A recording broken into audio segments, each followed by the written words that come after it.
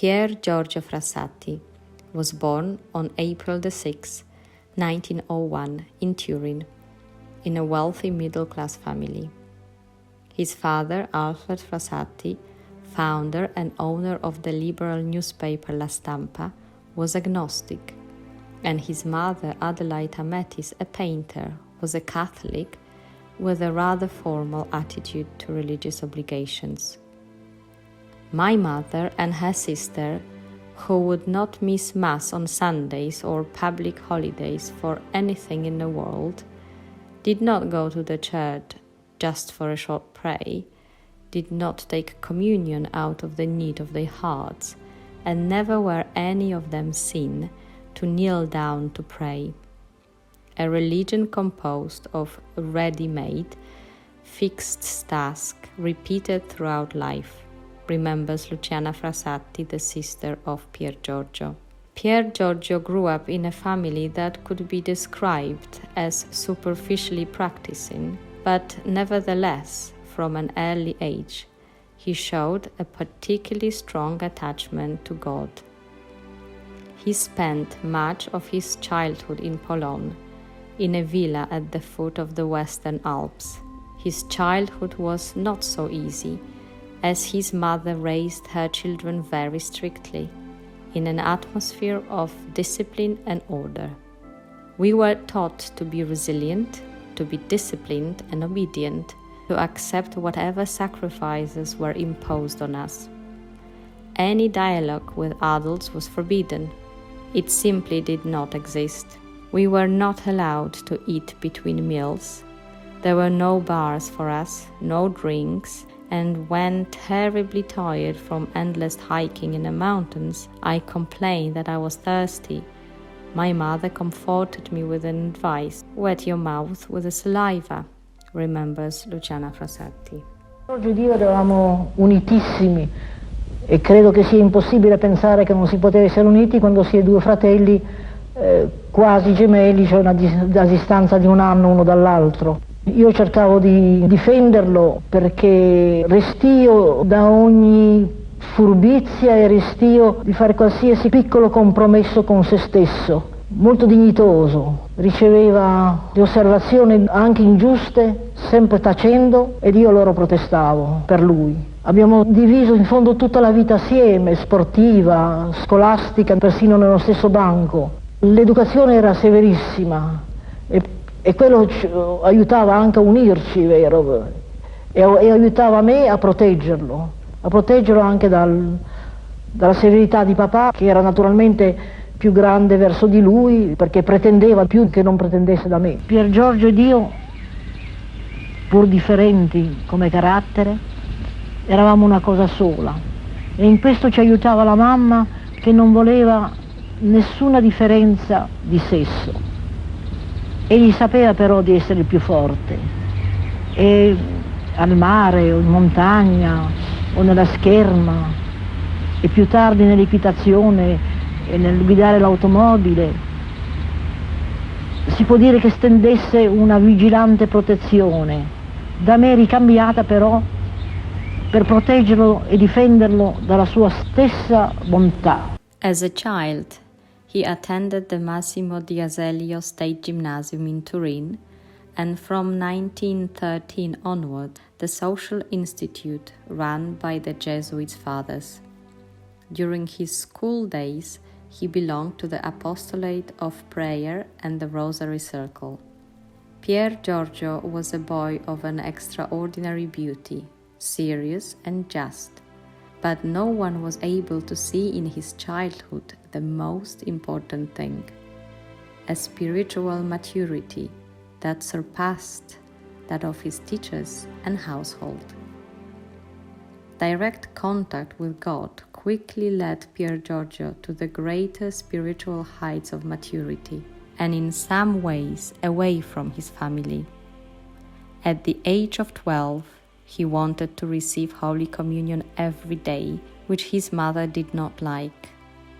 After 4 days of insistence, his mother finally relented. In accordance with the custom then prevailing of fasting until the reception of the Holy Communion, Pier Giorgio often ate nothing until midday to be able to participate in the Eucharist. He had a great devotion to Our Lady and Saint Catherine of Siena. Every day he prayed the Rosary, which he called his testament. He never failed to recite the little office of the Blessed Virgin Mary. During his holidays in Poland, he often went on pilgrimage to the Black Madonna Sanctuary in Europa, in the mountains. He would got up early in the morning to be back before the house woke up, so that nobody would notice his trips. The shrine of Europa became the destination of his pilgrimages, whether alone or accompanied by servants or anyone else who wanted to go to his Madonna. Pier Giorgio was a man of prayer. He prayed constantly for a long time and everywhere, in his room, on mountain walks, in the street, on the tram, on the train, in church. He particularly spent a lot of time in the night vigils before the Blessed Sacrament. Prayer is a noble supplication that we raise before the throne of God. It is the most effective means of obtaining from God the graces we need, and above all, the strength to persevere. I recommend to you fervent prayer, which includes all the practices of piety, but first of all, the Holy Eucharist, he said. Of great importance for the development of his spiritual life was the daily reading and meditation of the Holy Scriptures. He was interested in art and literature. He read Goethe, Saint Augustine, and Saint Thomas Aquinas. In 1918, he began to study mining engineering at the Royal Polytechnic University of Turin, with the aim of serving Christ better among miners. In 1922, with a view to his apostolate among miners, he became a tertiary of the Dominican order, taking the name Girolamo, in honor of the 15th century Florentine preacher. Involved in Catholic action, he was a member of the Catholic youth. At the same time as his love to God grew, his love to his neighbors also grew. He was constantly tormented by the thoughts of human misery, which he tried to fight until the end of his life. He did not tolerate skimpiness, but also extravagance. He saved, but always and only for the good of others. He was convinced that God wanted him to be close to the needy and humiliated people. He was often seen carrying parcels of medicines, clothes, food, as well as books and toys. His love for the others was so great that he was not afraid to be with sick people. He himself gave them medicine, gave them injections, and washed them. There was not a person in the whole Turin whom he would not leave without help, and if he was unable to help someone immediately, he would write down the address and return there. Marianna Cerutti, a cleaner in La Stampa, used to say to Alfredo Frassati, "Your son will go further than you," because she knew many facts about Pier Giorgio's secret life. She knew who he was going to when he jokingly told her that he was going out to town. The parents were very unhappy with Pier Giorgio's views. He did not meet their expectations. Instead of preparing for a great career in La Stampa, he preferred to visit the sick, help the poor, and stay in prayer. When someone asked his mother if she thought Pier Giorgio should become a priest, she replied, "It would be better for him to finish his studies and then die." She did not know how prophetic those words were. And so Pier Giorgio began to fall victim to the ever-growing incomprehension of those close to him, which would weigh down on him until his death. On mówił, że dzień jego śmierci będzie najpiękniejszym dniem jego życia. Miał osobowość bardzo, bardzo wyjątkową. Wszyscy mówili, że co go charakteryzuje, to prostota. Prostota i zupełnie nieuważanie na co powiedzą inni. On był tym, kim był, zawsze. Jak przyszły jako kondolencje na te, no to było niesamowita ilość przytułków, szpitali, miejsc ochrony dla żołnierzy, co powrócili z wojny, byli bez pracy.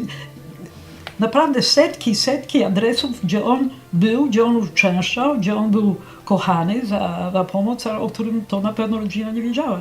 Ja nie wiem, skąd on znajdował czas. On był znany trochę jak ten, co zawsze leci. On zawsze gdzieś leciał, miał kieszenie, moja matka mówi, pełne zawsze świstków papieru z numerami, adresami, gdzie ma komuś pomóc, czy zanieść, czy lekarstwa, czy coś tam dla kogoś zrobić. On w cierpiących, ubogich, bo to są też cierpiący, prawda, on widział Chrystusa. On szedł, gdzieś to sam to powiedział, że Chrystus mnie odwiedza codziennie w Komunii Świętej, jak go odwiedzam w skromny sposób, co mogę, w Jego biednych.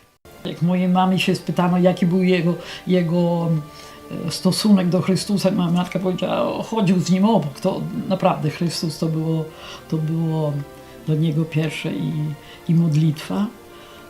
Miłość bliźniego i radość. Strachu nie znał. Tak jak Bóg jest z nami, to nie ma czego się bać i koniec. On uważał, że jedyny sposób, żeby przekazać świadectwo wiary, to wszystko to jest radość. Że katolik nie może nie być radosny. Co mi się wydaje, dla niego było tak jedną z najważniejszych rzeczy, to było uczucie wolności.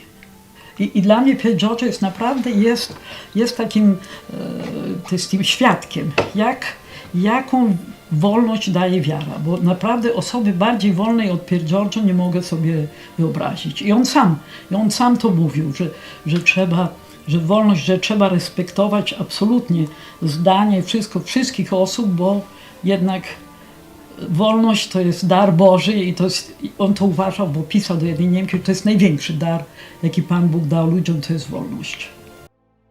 Pier Giorgio's personality struck everyone.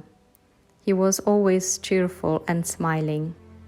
It was possible to underestimate Pier Giorgio's love for the others, his piety and intelligence, his oratorical skills, but his purity struck the eye of even the most inattentive observer. It was his most visible virtue. His whole person was characterized by it. Even his innate modesty was overshadowed by it, his sister Luciana would say later.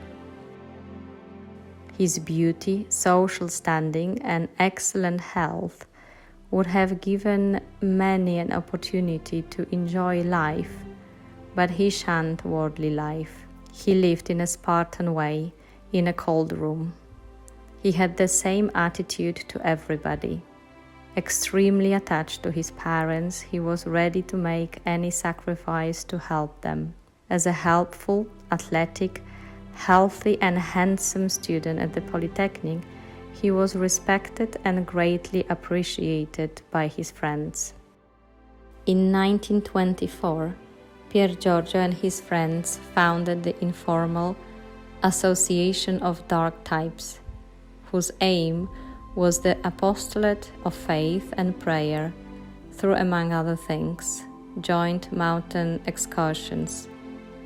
Living near the Alps, he and his friends often organized expeditions to alpine trails, walls and glaciers. For him, the mountains were a place where he could contemplate the greatness of the Creator, which brought him even closer to God. He was not ashamed of his faith and often invited his friends to take part in church services, adorations and processions. Surely it was not without reason he was called by his friends Valanga di Vita, the avalanche of life. It is beautiful to live when one knows that on the other side there is a real life. Otherwise, who could bear the burden of this life? Said Pier Giorgio. While preparing for his last exam at the Polytechnic, probably during his work among the suffering, Pier Giorgio contracted poliomyelitis, a disease that progressed rapidly, almost unnoticed by his loved ones until the end. He was dying for 6 days in solitude because his friends had left and the family was busy with illness and funeral of his grandmother. Mais c'était terrible, terrible, terrible pour le fils unique, le fils qui n'a jamais eu aucune maladie, vraiment. C'était un rocher de santé et de tout d'un coup.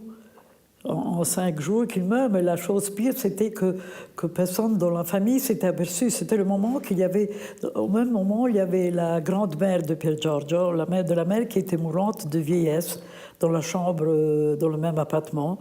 Alors tout le monde, naturellement, s'occupait de la grande-mère. Et à Pier Giorgio, on lui donnait l'aspirine. Plus ou moins, l'attitude, c'était ne nous ennuie pas quand on a des problèmes, non? Et lui, il n'a rien dit. Même la femme de chambre, elle l'a vu tomber 2 fois quand il allait vers la grand-mère pour prier quand elle était mourante et tout ça, mais il n'a rien dit. Et c'est seulement le jour avant sa mort qu'on s'est aperçu. Pier Giorgio Frassati died on July the 4th, 1925, at the age of 24. He was never understood by his closest relatives, but he left a wonderful legacy. Almost all of Turin came to the funeral. Dignitaries and students, young and old, men and women, acquaintances and strangers. Rich and poor, above all those from the suburbs who had experienced much kindness from Pier Giorgio. Only the family was overwhelmed and shocked by the presence of so many people and asked themselves who Pier Giorgio really was. He was buried in the family grave in Polon near Turin.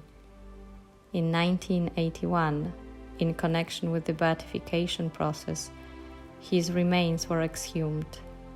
Pier Giorgio's body was found intact, his face gushing with youth and beauty.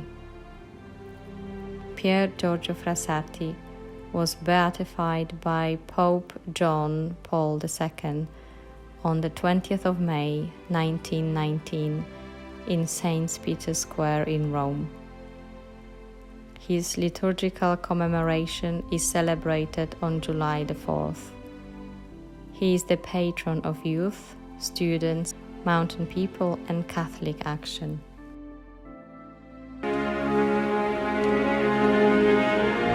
Nel nostro secolo Pier Giorgio Frassati, che a nome della Chiesa oggi ho la gioia di proclamare beato, ha incarnato la fede e la carità, vere forze motrici della sua esistenza. Lo resero attivo ed operoso nell'ambiente in cui visse, in famiglia, nella scuola, nell'università e nella società. Lo trasformarono in gioioso ed entusiasta apostolo di Cristo. È proprio in questi fattori che ci è dato scoprire la sorgente profonda della sua vitalità spirituale. Tutta la sua vita sembra riassumere le parole di Cristo. Egli se n'è andato giovane da questo mondo, ma ha lasciato un segno nell'intero secolo.